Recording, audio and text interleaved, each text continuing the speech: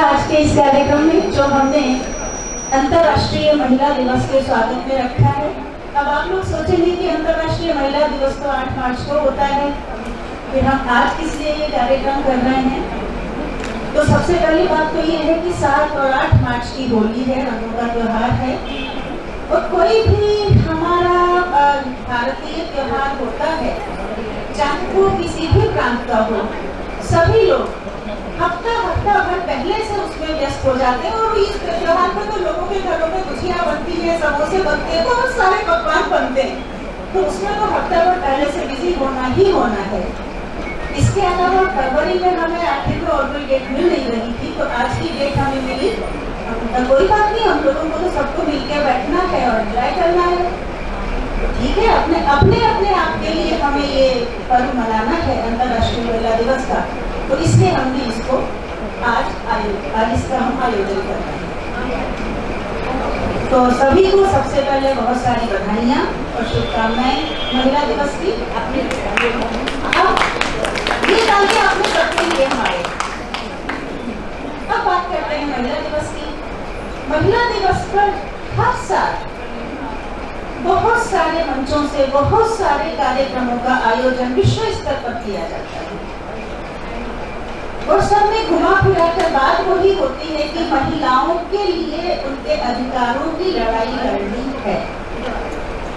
लेकिन एक बात ये भी सच है कि आज की नारी अबला नहीं है। जो एक नारी की कहानी थी कि अबला जीवन हाय तुम्हारी यही कहानी, आंचल में है दूध और आंखों में पानी, तो कहावत पुरानी हो चुकी है। आज की नारी पूरी तरह से सशक्त है। कई जगहों पर तो उसने पूरे के पूरे संस्थान अपने कंधों पे उठा रखे हैं। पूरे के पूरे संस्थान सिर्फ नारी के बल पर चल रहे हैं, वो अकेली उन सबको मैनेज कर रही है। और अगर हम घर की बात भी करें तो घर में भी वो ना सिर्फ एक जीवन को संसार में लाती है, बल्कि उसका भरण पोषण करती है, उसको समाज के लिए उपयोगी, देश के लिए उपयोगी एक नागरिक, अच्छा नागरिक उसको बनाने का प्रयास करती है। और अगर वो कहीं बाहर काम नहीं कर रही है, जिसे आम भाषा में हाउसवाइफ कहा जाता है, गृहिणी कहा जाता है, अगर वो गृहिणी है तो वो सुबह से रात तक अपना पल्लू साइड पे खोसे, इधर से उधर इसकी मांग पूरी की, उसकी मांग पूरी की, उसकी मांग पूरी की। यानी नारी के बिना कोई कल्पना भी नहीं कर सकता कि हमारी बहू या हमारी बीवी या हमारी माँ अगर घर पे नहीं है तो हम आराम से रह सकते हैं। कोई ऐसा सोच भी नहीं सकता। तो इतना इस चीज से हम इस अहमियत से इनकार कैसे कर सकते हैं। और अगर जो वो बाहर जाती है तो बाहर भी वो अपने आप को प्रूव करती है कि हाँ। और एक बात और हम यहाँ पर कहेंगे कि समाज कहता है कि नारी का सम्मान इसलिए करना चाहिए कि यत्र नार्यस्तु पूज्यन्ते रमन्ते तत्र देवता, ये हमने पुराणों में पढ़ा है, अपने संस्कृत ग्रंथों में पढ़ा है, हमेशा से पढ़ते आए हैं। नहीं, नारी का सम्मान उसके नारी होने के लिए नहीं करना चाहिए कि अरे वो लड़की है, उसने इतना बड़ा साहस का काम कर दिया। क्यों भाई?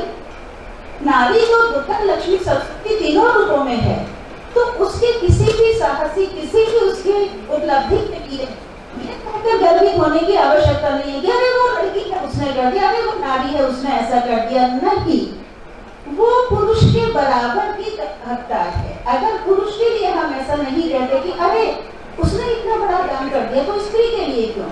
स्त्री का सम्मान इसलिए करना चाहिए क्योंकि उसके बिना जो समाज की किसी भी पहली इकाई है परिवार, उसकी कल्पना भी नहीं की जा सकती। उसका सम्मान इसलिए करना चाहिए क्योंकि वो देश को एक सशक्त भविष्य देती है, एक उपयोगी भविष्य देती है। हाँ, इतनी बात जरूर है कि महिला और पुरुष दोनों की भूमिकाएं गृहस्थी में समान होती है। पुरुष भी महिलाओं की तरह ही अपनी न जाने कितनी इच्छाओं को दबाता है, न जाने कितनी महत्वाकांक्षाओं का गला घोंटता है, अपने परिवार के लिए न जाने कितना त्याग करता है। तो अगर जीवन के पृष्ठ पर नारी की कहानी एक त्याग की स्याही से लिखी जानी चाहिए, वही पुरुष के साथ भी वही स्थिति है। और आज पुरुष इस बात को समझने लगा है, लेकिन फिर भी हमने खुद अपने परिचितों में देखा है, बहुत से घरों में स्थिति अभी भी यही है कि वाइफ हस्बैंड दोनों काम पर गए हैं, घर से वापस आते हैं तो हस्बैंड को अपने ड्रेस चेंज करके अपने हाइट जाता है, पैर पसार कर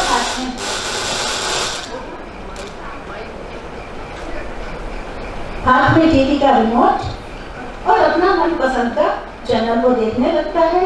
वाइफ को हुक्म देता रहता है, मुझे पानी दे दो, मुझे ये दे दो, मुझे ये दे दो। अच्छा, घर में काम खाना बना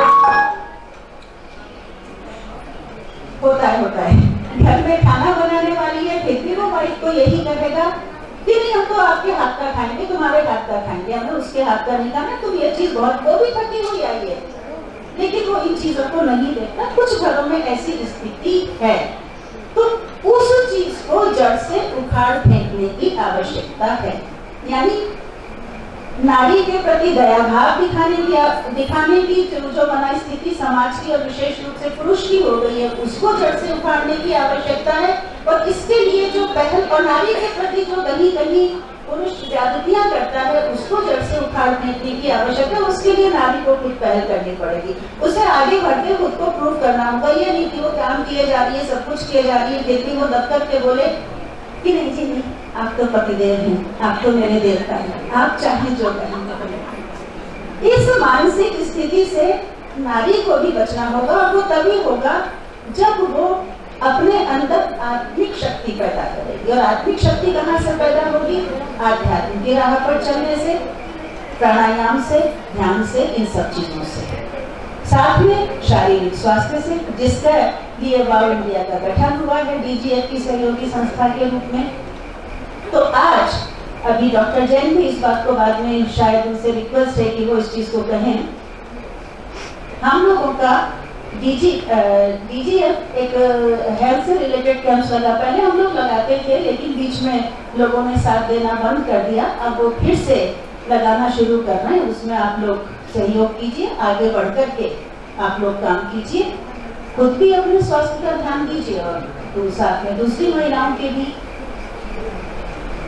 आज से हम जो हम हर साल अवार्ड देते हैं आज के दिन, तो आज से हम जो अवार्ड दे रहे हैं उसको नाम दिया है हमने महारानी अहिल्याबाई होलकर अवार्ड। और ये नाम हमने किस लिए दिया है, इसके बारे में अहिल्याबाई होलकर के विषय में विस्तार से तो आपको हमारी प्रेसिडेंट डॉक्टर लक्ष्मी बताएंगी, लेकिन जो उसका मोटा मोटी हमारा एक अभिप्राय है वो ये है कि नारी सशक्तिकरण की उस युग में जीती जागती मिसाल थी महारानी अहिल्याबाई होलकर।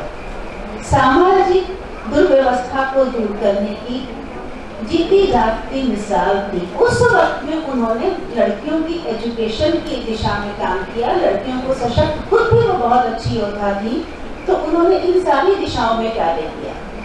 तो उनसे अच्छा हमें कोई और मान नहीं मिला अपने इस अवार्ड के लिए। अवार्ड की बात पर एक बात और हम यहाँ पर कहेंगे,